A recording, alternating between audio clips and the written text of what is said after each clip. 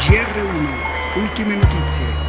In un paesino del Salernitano, una giovane donna, Maria Esposito, colta da una crisi di follia, ha sparato a 2 dei suoi 3 figlioletti, Enzo e Luigi. Solo il piccolo Carmine è rimasto illeso. Non credo che la caccia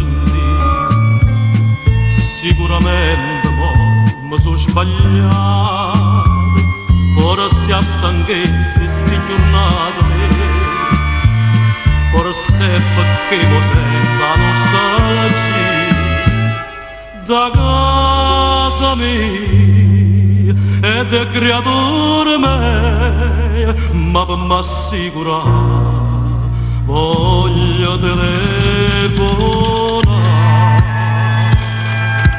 Pronto? Sottodonna Esposito. No, venite subito qua, è successo una disgrazia, è creatura. Tragedia, la radio sta chiamando figlia mia, in nome della donna mia sposa mia.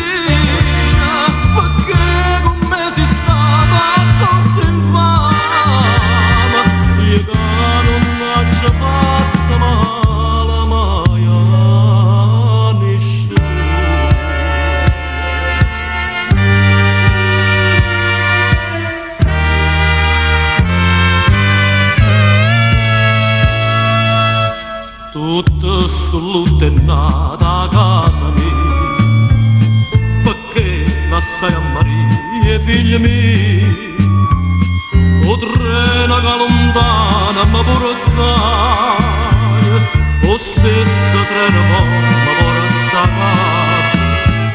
Madonna mia, mo che arriva a casa, fa che non fosse vero sta triste